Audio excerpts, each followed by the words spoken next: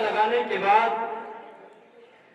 ایک خطیب کو دیکھتے ہیں کہ جو ہندوستان بھر کے اندر اپنی خطابت کے ذریعے سے جانے اور مانے جاتے ہیں، جو اپنی خطابت کے ذریعے سے ہزاروں نہیں بلکہ لاکھوں کے مجمع کو سنجیدگی بخشنے والے ہیں، جس سے میری مراد مہمان مکرم مقرر شعلہ بیاں حضرت مولانا مفتی شاہ ابرار الحق قاسمی دامت برکاتہم العالیہ جو محتمم ہیں دارالعلوم فاروقیہ رسول پور اورنگ آباد میرٹھ، حضرت والا سے بڑے ہی ادب و احترام کے ساتھ گزارش گزار ہوں کہ حضرت والا تشریف لائے اور اپنے مواعظ حسنہ سے ہم سب کو مستفید فرمائے ان اشعار کے ساتھ کہ دلوں میں جستجو بڑھتی ہے اور تنویر ہوتی ہے، دلوں میں جستجو بڑھتی ہے اور تنویر ہوتی ہے، سبھی مردہ دلوں میں زندگی تحریر ہوتی ہے، اور دلائل جب یہ دیتے ہیں تو عقلیں تنگ رہتی ہے، دلائل جب یہ دیتے ہیں تو عقلیں تنگ رہتی ہے۔ ہمارے شیخ کی کچھ اس طرح تقریر ہوتی ہے، حضرت مولانا مفتی شاہ ابرار الحق قاسمی دامت برکاتہم العالیہ کرسی خطابت۔ السلام علیکم ورحمۃ اللہ وبرکاتہ۔ وعلیکم السلام۔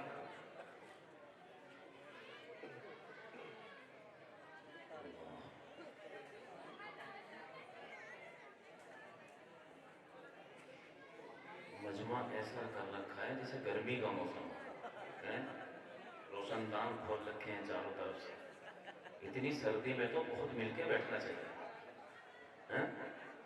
یہ جو جگہ پڑی ہے کھڑے ہونے والے حالات، بار بار ہر آدمی ایک ہی بات کو کہے یہ اچھا نہیں لگتا ہے۔ آپ کے جلسے کی 2 سال پہلے کی کارکردگی میرے ذہن میں آج بھی گھوم رہی ہے۔ آپ بڑے سلیقہ مند لوگ ہیں، اللہ کا شکر ہے۔ ادب کے ساتھ درخواست کر رہا ہوں سبھی حضرات تھوڑے سے آگے کو سرک جاؤ، مل کے بیٹھ جاؤ، پیچھے جو کھڑے ہیں یہ آگے کو آ کر کے بیٹھ جائیں۔ یہ دینی اجتماع ہے، اس کا احترام، اس کی عزت نہایت ضروری ہے۔ مل جائیں سبھی حضرات۔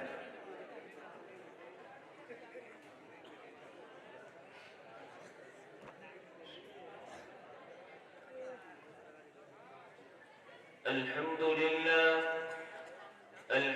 لله نحمده ونستعينه ونستغفره ونؤمن به ونتوكل عليه ونعوذ بالله من شرور أنفسنا ومن سيئات أعمالنا، من يهده الله فلا مضل له ومن يضلله فلا هادي له، ونشهد أن لا إله إلا الله وحده لا شريك له، ونشهد أن سيدنا وسندنا وحبيبنا وطبيبنا ومولانا محمدا عبده ورسوله، أما بعد، قال الله تبارك وتعالى في القرآن المجيد: بسم الله الرحمن الرحيم.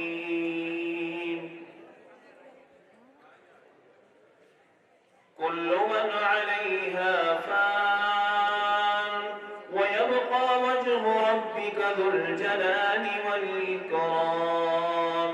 وقال الله تعالى: وما أرسلناك إلا رحمة للعالمين. وقال الله تعالى: إنا نحن نزلنا الذكر وإنا له لحافظون. قال النبي صلى الله عليه وسلم: خيركم من تعلم القرآن وعلمه. وقال النبي في مقام آخر: الدنيا مزرعة الآخرة، صدق الله مولانا العلي العظيم وصدق رسوله النبي الكريم.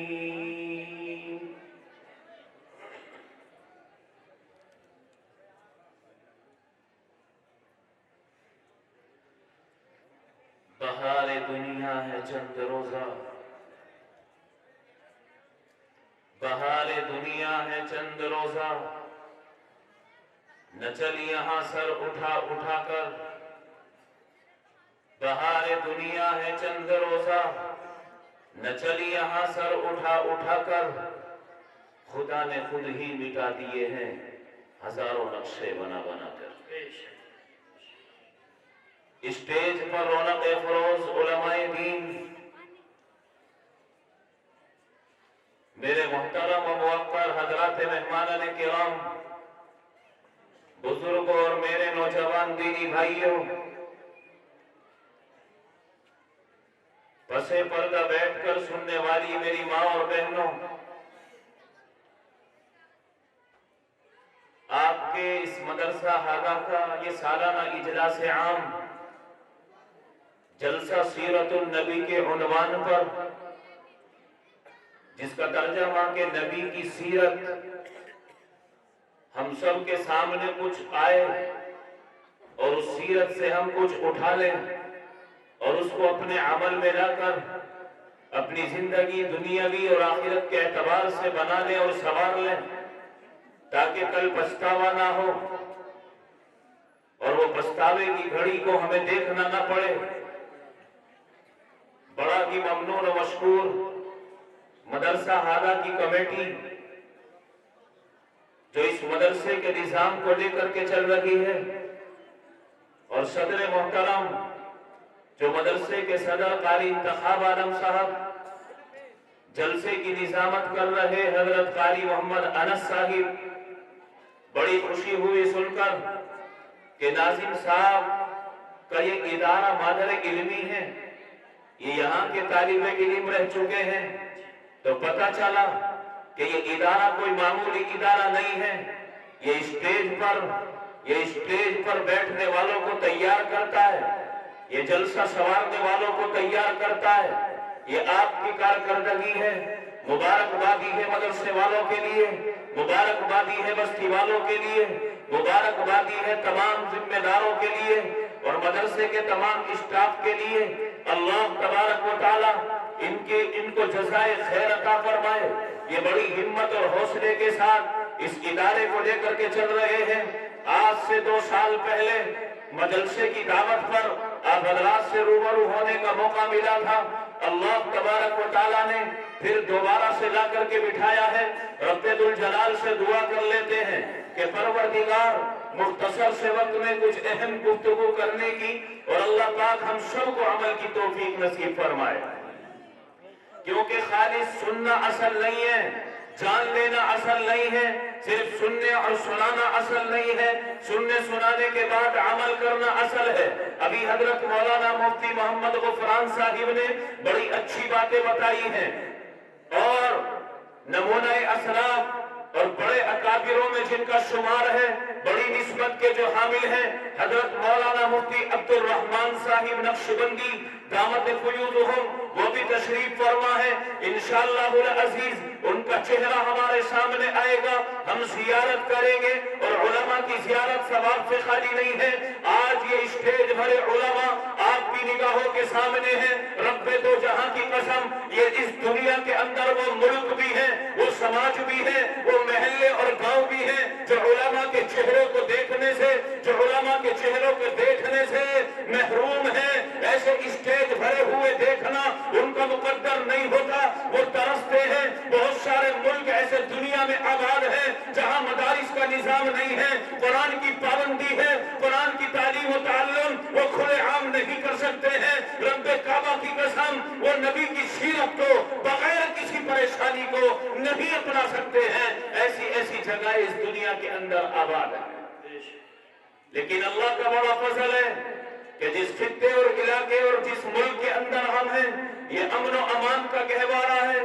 بہرحال جناب محمد رسولullah جو آخری پیغمبر ہیں، جو ہمارے نبی ہیں، جن کے اوپر قرآن نازل ہوا ہے، جن کے لیے اللہ تبارک و تعالیٰ نے 1.25 لاکھ انبیاء کا مجمع بھیجا ہے، ہر نبی نے آ کر کے آپ کا تعارف کرایا ہے۔ حضرت عیسیٰ علیہ السلام جو آج اب سے 571 سال پہلے جناب محمد رسول اللہ کی آمد سے 571 سال پہلے دنیا میں آئے، آپ کی زندگی کا تو اکثر حصہ جناب نبی پاک صلی اللہ علیہ وسلم کے تعارف میں ہی لگا دیا گیا کہ آپ نے تعارف کرایا ہے اور آپ نے اپنی قوم کو کہا ہے کہ ایک آخری پیغمبر آئے گا جس کا نام احمد ہوگا، اس کے اوپر نازل ہونے والا کلام وہ آخری کلام ہوگا، وہ آخری نبی ہوگا، اس کے بعد کوئی نبی نہیں آئے گا، اس کلام کے بعد کوئی کلام نہیں ہوگا، وہ قیامت تک کے لیے آئے گا، انا خاتم النبیین کا اعلان کرنے آئے گا۔ چنانچہ کس کو جرأت ہوئی ہے اخیر میں جناب محمد رسول اللہ کہے سب صلی اللہ علیہ وسلم نے یہ اعلان کیا ہے، انا خاتم النبیین، میں تمام نبیوں کا خاتم ہوں، میرے بعد اب کوئی نبی آنے والا نہیں ہے۔ مسلمانوں اب قیامت تک کوئی نبی نہیں آئے گا، کوئی آسمانی کتاب نہیں آئے گی اور فرشتہ کوئی وحی لے کر کے نازل نہیں ہوگا۔ یہ سلسلہ 1450 سال پہلے بند ہوا، اب اللہ تبارک و تعالیٰ نے حضرات علماء کرام کے ذریعے سے اس جھنڈے کو بلند رکھا ہے اور قیامت تک اس اسلام کے چاہنے والے، ایمان کے ماننے والے، قرآن سے محبت کرنے والے، قرآن پر ایمان لانے والے، اللہ کو سجدہ کرنے والے اس زمین پر رہیں گے، جو لوگوں کی رہنمائی کرتے رہیں گے، سیدھا راستہ دکھاتے رہیں گے، قرآن و حدیث کی روشنی میں مسائل سمجھاتے رہیں گے۔ یہ ہماری مدارس کی دین ہے جو مسلح کے لیے امام تیار ہوتے ہیں، جنازے پڑھانے کے لیے علماء تیار ہوتے ہیں، نکاح پڑھانے کے لیے مدارس کا یہ نظام ہے کہ یہ تمام تر ضروریات ہماری پوری ہو رہی ہے۔ تو یہ جلسہ سیرت النبی ہے۔ ابھی میرے بھائی شاعر خوشیرحان قاری حیدر علی نے اسوہ نبی کی طرف اشارہ بھی کیا ہے کہ اسوہ نبی یعنی نبی پاک صلی اللہ علیہ وسلم کو اللہ تبارک و تعالیٰ نے میرے اور آپ کے لیے آئیڈیل بنا کر کے اتارا ہے، نمونہ بنا کر کے اتارا ہے۔ اے آدم کی اولاد، اگر تجھے زمین پر قدم رکھنا ہے، کھانے کے اعتبار سے، چلنے کے اعتبار سے، تجارت کے اعتبار سے، سونے کے اعتبار سے، جاگنے کے اعتبار سے، بیٹھک میں بیٹھنے کے اعتبار سے، تجھے ہر قدم پر دیکھنا ہے کہ میرے نبی کی سیرت کیا ہے، میرے صحابہ کا یہاں طریقہ کیا ہے، مجھے کرنا کیا چاہیے اور میں کر کیا رہا ہوں۔ یہ نبی کی سیرت اگر زندگی میں یاد ہے اور اس پر عمل ہوتا ہے تو رب کعبہ کی قسم جناب محمد رسول اللہ کا یہ اسوہ جو بھی اپناتا ہے اس کو دنیا میں بھی عزت اللہ نصیب کرتا ہے اور آخرت کے اعتبار سے بھی کامیابی دیتا ہے۔ لیکن ایک بات یاد رکھیے، یہ مذہب اسلام وہ ہے کہ جو بھی اس کو اپنائے گا دشواری کا سامنا ہوگا، پریشانی کا سامنا ہوگا۔ کلمہ پڑھنے کے بعد لڈو کھانے کے لیے نہیں دیے جائیں گے، کلمہ پڑھنے کے بعد گلے لگانے والے دنیا میں کم ہوں گے، دھکے دینے والے زیادہ ہوں گے۔ امام الانبیاء محبوب کبریا ابھی دنیا میں نہیں آئے ہیں، اللہ نے غموں کی گلیوں سے گزارا ہے، اللہ تبارک و تعالیٰ نے اتنے بڑے بڑے رنج آپ کی زندگی میں دیے ہیں کیونکہ اللہ تبارک و تعالیٰ کو آپ سے کام لینا تھا۔ ابھی حضرت عبداللہ کا نکاح ہوا ہے، چند ہی دن گزرتے ہیں کہ عبد المطلب ان کو سفر کے لیے روانہ کرتے ہیں۔ نوجوان بھی کہتے ہیں عبداللہ جوان ہو، 18 سال کے جوان ہو، اگر ابھی تجارت نہیں کرو گے پھر کب کو کرے گے؟ چنانچہ عبداللہ تجارت کے سفر کا ارادہ کرتے ہیں اور اپنے گھر سے جب رخصت ہوتے ہیں، کنار کھیڑے کی زمین سے تعلق رکھنے والوں ذرا اپنے سینے پر ہاتھ رکھو کہ ابھی چند مہینے یا سال شادی کو ہوا ہو اور عبداللہ دروازے کو چھوڑ کر کے جا رہے ہو۔ لکھا ہے حضرت آمینہ رضی اللہ تعالی عنہ دروازے تک آتی ہیں اور آ کر کے کہتی ہیں اے میرے سرکار، اے میرے شوہر، ابھی تو چند ہی دن گزرے ہیں، ابھی چند ہی مہینے گزرے ہیں، تم کہاں مجھے چھوڑ کر سفر پر جا رہے ہو؟ حضرت عبداللہ نے کہا ہے ابا کا حکم ہے، ساتھیوں کا بھی حکم ہے اور خرچ بھی چاہیے، سفر تو کرنا ہی پڑے حضرت آمینہ کا تعلق اور محبت اور آنکھوں میں آنسو دیکھ کر حضرت عبداللہ نے تسلی دینا چاہی اور کہا کہ میری بیوی یہ سفر تو ملتوی نہیں ہو سکتا، اس کو مؤخر نہیں کیا جا سکتا، لیکن میں وعدہ کرتا ہوں کہ جس طرح سے تو رخصت کرتے ہوئے مجھے دروازے سے الوداع کر رہی ہے، جب میں واپس آؤں گا تو میں شرط لگا کے جا رہا ہوں کہ تو دروازے پر آ کر پھر سے میرا استقبال کرنا۔ کب استقبال کرنا؟ جب سفر سے واپسی ہوگی تو میرا استقبال کرنا۔ اے مسلمانوں، یہ حضرت عبداللہ ابھی بیوی حاملہ ہے، ابھی بیوی حاملہ ہے، جناب محمد رسول اللہ ابھی دنیا میں تشریف نہیں لائے ہیں، ابھی پتہ نہیں ہے کہ پیٹ سے پیدا ہونے والی ذات وہ کتنی بڑی ذات ہے۔ عبداللہ سفر پر نکل جاتے ہیں۔ مختصر یہ ہے کہ آپ کا سنا ہوا بیان ہے کہ حضرت عبداللہ اس سفر سے واپس اپنے گھر پر نہیں آتے، لیکن جب یہ قافلہ واپس ہوتا ہے، جب یہ قافلہ آتا ہے، اپنے اپنے گھروں میں ہر نوجوان جا رہا ہے، اس کی زوجہ کھڑی ہے، بہنیں کھڑی ہیں، ماں کھڑی ہے، گھر والے کھڑے ہیں، ہمارا جوان ملک شام کے سفر سے آ رہا ہے، تجارت کر کے آ رہا ہے، لیکن ایک چوکھٹ وہ ہے، ایک دروازہ وہ ہے جو سیدہ آمینہ کا ہے۔ سیدہ آمینہ بھی اپنے دروازے پر ہے، عبداللہ آئیں گے، میرا شوہر آئے گا، ویلکم کے لیے کھڑی ہے کہ جائے کہ حضرت عبداللہ آتے۔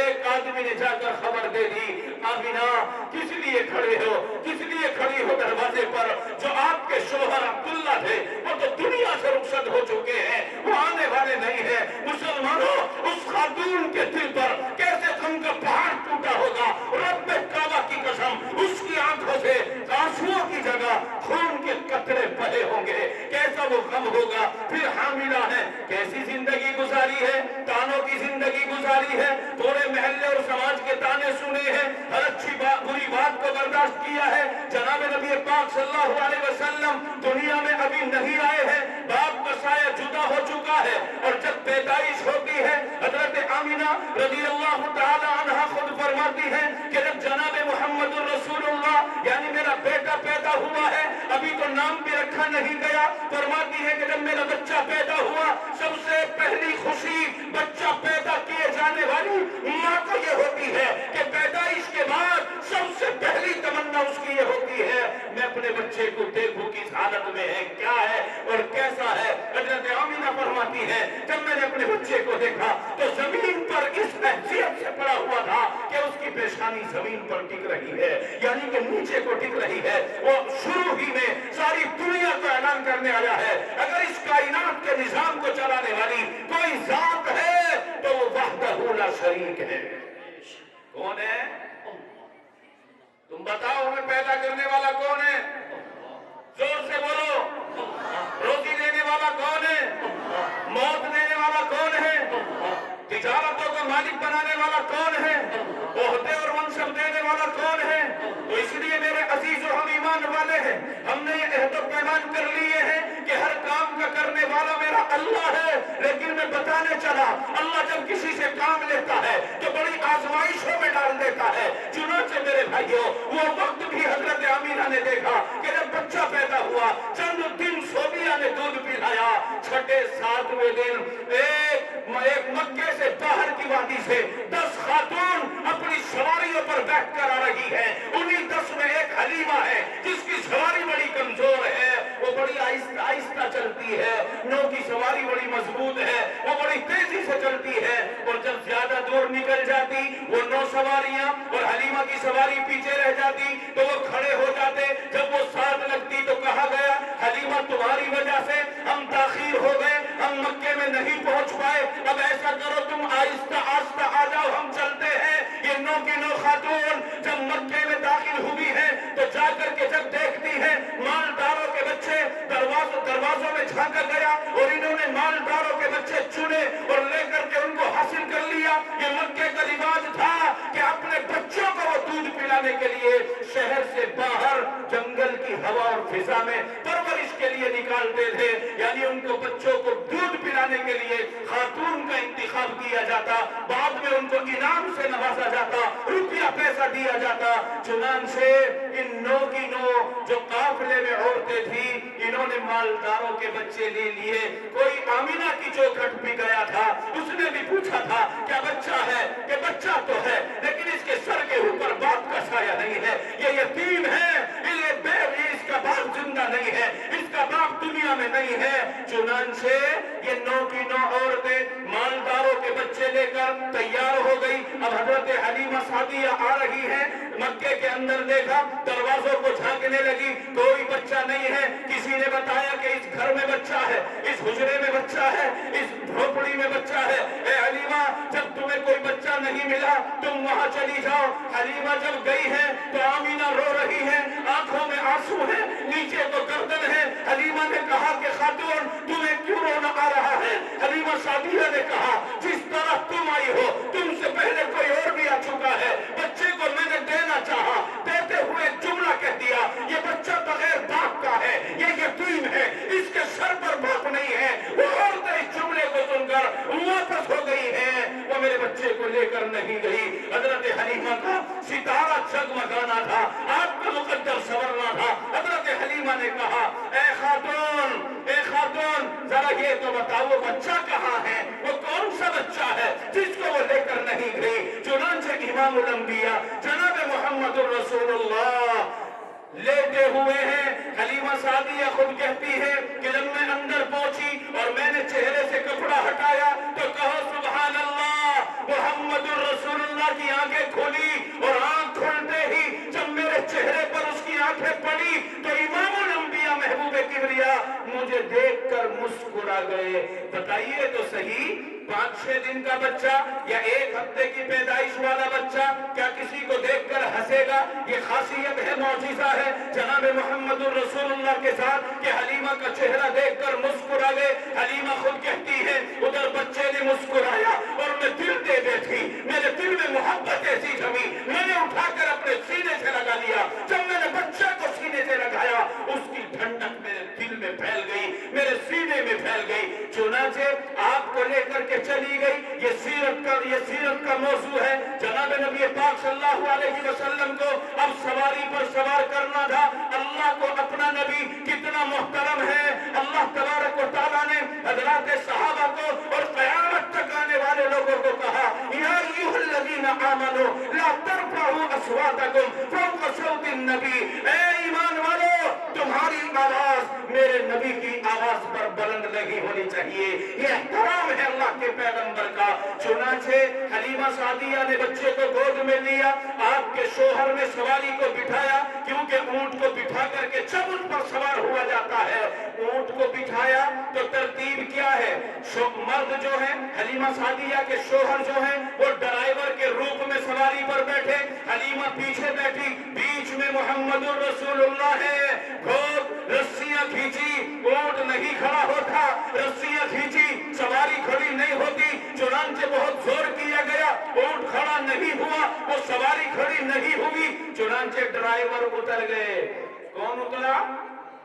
چلانے والے اتر گئے، اور پھر کھڑا کر کے دیکھا تو جانور کھڑا ہو گیا، وہ سواری کھڑی ہو گئی، پھر بٹھایا کیونکہ اب آپ کو بھی بیٹھنا تھا، پھر بٹھا کر خود بیٹھ کر پھر اٹھانا چاہا تو وہ سواری نہیں اٹھتی۔